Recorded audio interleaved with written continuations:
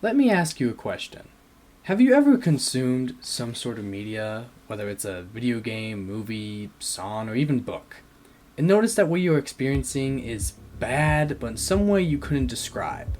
Perhaps it was disorienting to the eye, maybe the sound was grating to the ear, or it simply perturbed you. It was almost as if you felt ashamed for interacting with it, like it rewired your brain to make you a lesser human than you once were. Simply put, it felt scummy. Scumcore is a term that my friends and I came up with that embodies that feeling. It is an aesthetic that is intentionally grimy and dreary, a vat of decaying despair. Where all other aesthetics or cores are meant to be satisfying, Scumcore does exactly the opposite. It leaves you unsatisfied and disgusted. My friends and I were surprised to see that the term was not already a mainstay on the internet. The feeling felt so common amongst all of us, and the term seemed obvious. But searching it up on Google only returns about 1,000 results, and Urban Dictionary only returns an insult rather than the aesthetic. The lack of results raised questions for my friend group. Have we really discovered a new aesthetic? If we have, is it our job to define it? And if so, how do we even go about doing that? The answer to the first two questions, in my opinion, is yes. Scumcore is not yet popular in common vernacular, and therefore it is our job to define it. The third question is where things get tricky, and it's what I hope to answer by the end of this video. To do so, I will need to examine some multiple mediums where the aesthetic feels strongest and analyze all of them to answer the philosophical question, what is Scumcore?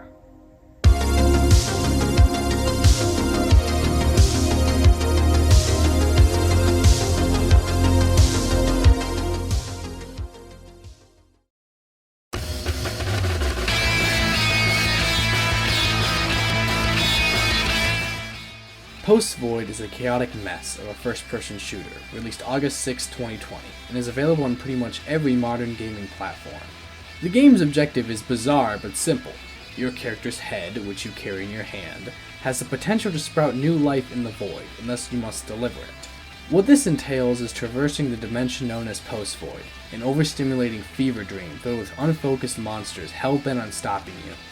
There are 11 levels, with 3 acts dividing them, each level getting progressively more difficult and incomprehensible. Now this video is not made to focus on the gameplay aspects of Post-Void.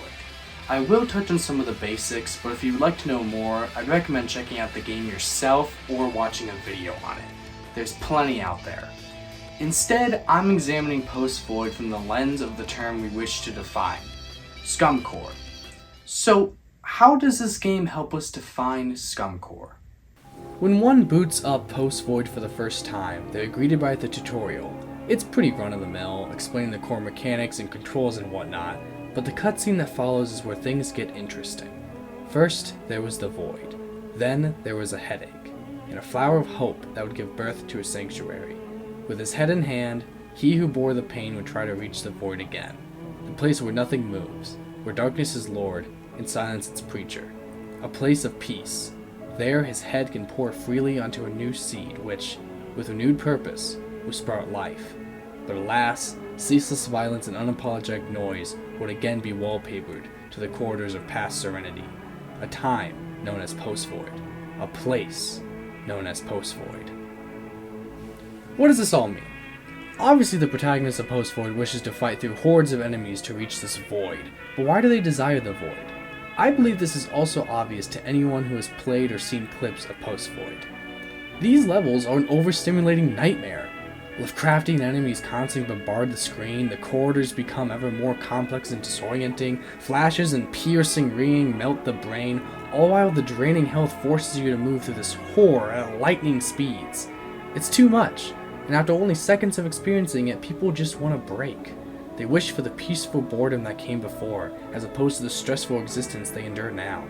They want the void, because everything else is too damn overstimulating.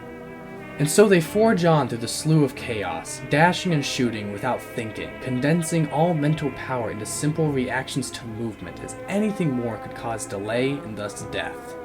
When I played, I didn't even use a gun, as even simple aiming proved too delayed in the later levels. Instead, I opted for the knife due to its simplicity. As a quick aside, if you'd like to see my speedrun go public on the channel, simply say so in the comments. For me, simplicity was key in Post-Void, as anything more than a knife slash only added to the stress I was already undergoing.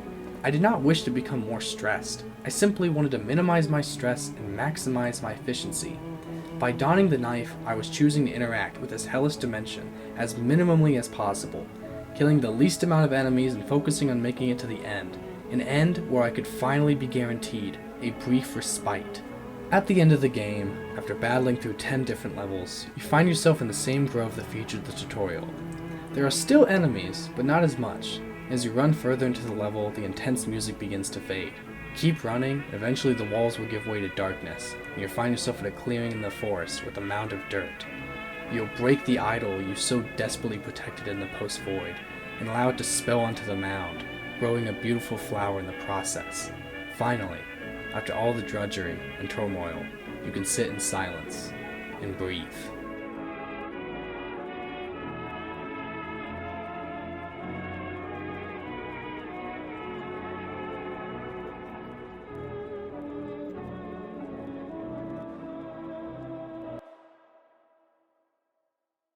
I think we have all felt how Post-Void feels at some point in our life.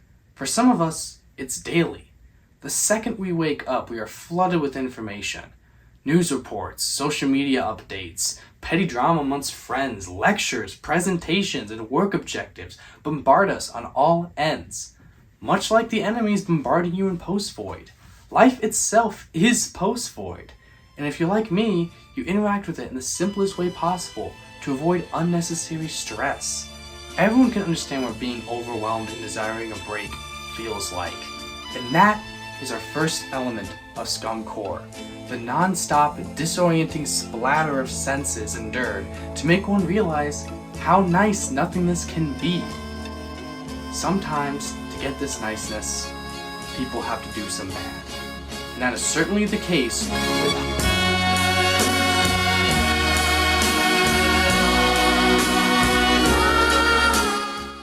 Hobo with a Shotgun is a 2011 exploitation black comedy film written by John Davies and directed by Jason Eisner. It was originally a fictional trailer created for the intermission of Robert Rodriguez and Quentin Tarantino's Grindhouse double feature, released in 2007. The plot echoes the simplicity of the era the movie parodies. A whole town is filled to the brim with insane violence and terror, all led by a crime boss known as the Drake, along with his two sons, Slick and Ivan. And thus it is up to a hobo with a shotgun to bring them to justice. The film's crude dialogue and over-the-top violence is what set it in my sights when searching for a movie to define Scumcore. I mean, the name of the town is quite literally Scum Town, so it likely wouldn't get any better than this. So, what are the parallels of Hobo with a Shotgun and Post-Void, and how does this further refine our definition? The most striking resemblance of this movie to Post-Void is that both are incredibly oversaturated. Every shot in this movie has the colors turned up to 11, resulting in grainy and off-putting cinematography. This certainly benefits the cheap vibes the movie was going for, as well as its entry into the Scumcore aesthetic. Neither the movie nor Post-Void are pleasant to look at, and upon prolonged exposure, they become nauseating and destabilizing. These are the same feelings that the hobo has upon riding into Scumtown. He goes from the peaceful serenity that was the train, riding through a beautiful countryside with fields and meadows, to a city that's absolutely revolting with its crime and noise. He is disgusted by what he witnesses, just like we the viewers are disgusted by the movie in general. The moment he steps off the train, he seems to regret it. I mean, who in their right mind would rather stay here instead of here? Shortly after arriving in Scumtown, the hobo attempts to stick up for a sex worker named Abby by a citizen arresting Slick. He promptly learns his lesson when the cops, who are all dirty, their words, not mine, all dirty cops, hold him down, while Slick carves the word scum into the hobo's chest as a way to remind him who he is. Sure, to Slick this was a mere brutal insult, but I think this means something more.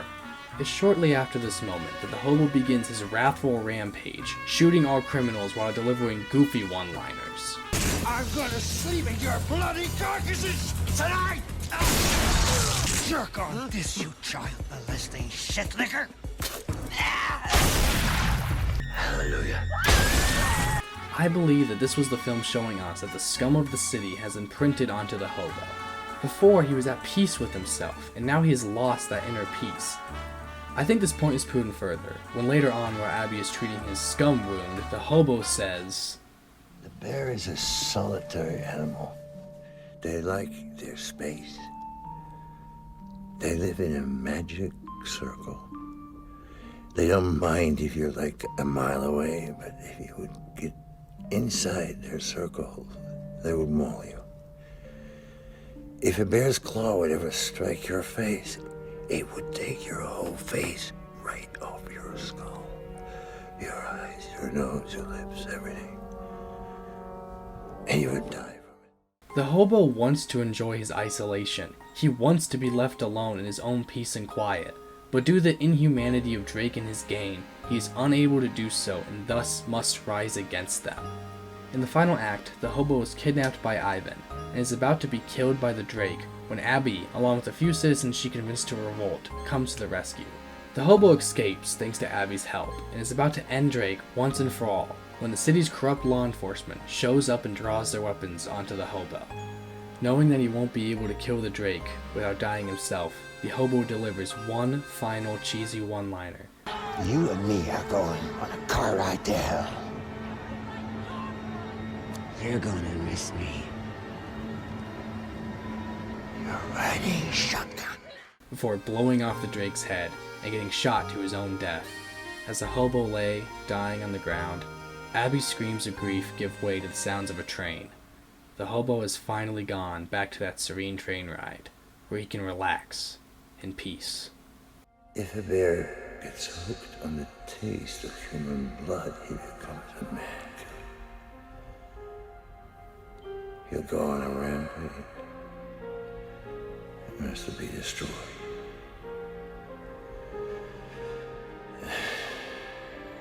That's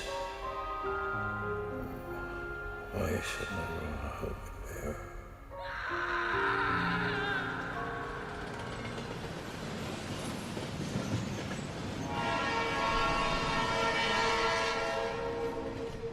But what does this add to the definition of Scumcore?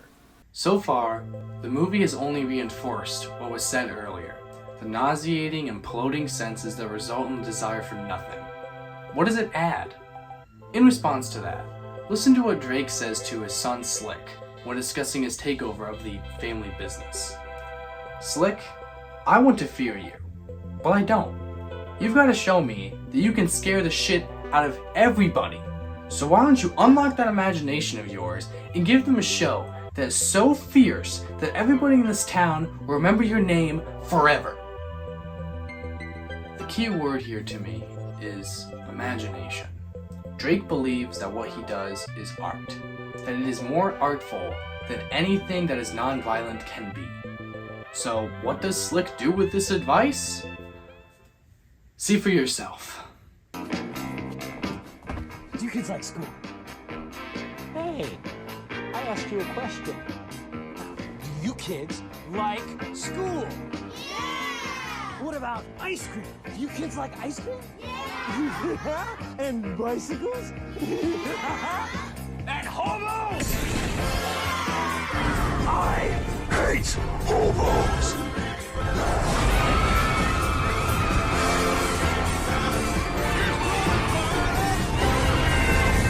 What the actual fuck is going on here? The line delivery, the kid's excited expressions, the zoom in with voice distortion, this guy's smile, fucking Disco Inferno?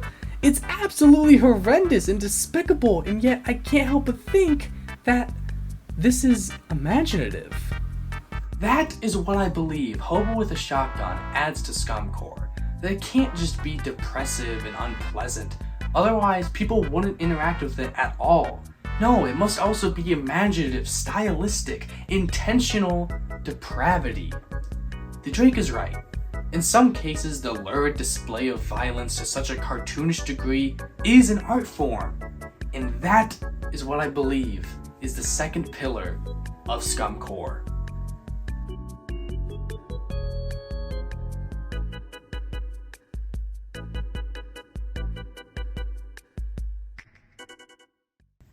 So there we have it, the three pillars of Scumcore. Desiring a break from the aesthetic itself, stylistic depravity, and a frantic sense of anxiety. I'll go ahead and clean this up a bit by defining it as follows. Scumcore is an aesthetic, composed of a frantic yet stylistic disharmony and drudgery that makes one want to escape the aesthetic itself. Punk rock is too clean, snuff films are too dirty, and Scumcore is the grimy bridge in between. It makes one feel perturbed, but never crosses the line into disturbed, and once the content is over, that person appreciates the comforting silence that follows. So next time you're scrolling through a streaming service or a games library or a music station and come across something that's bizarre and definitely fits the bill for Scumcore, click on it. Whether it's imaginative or degenerate, it'll certainly be interesting. Thanks for watching.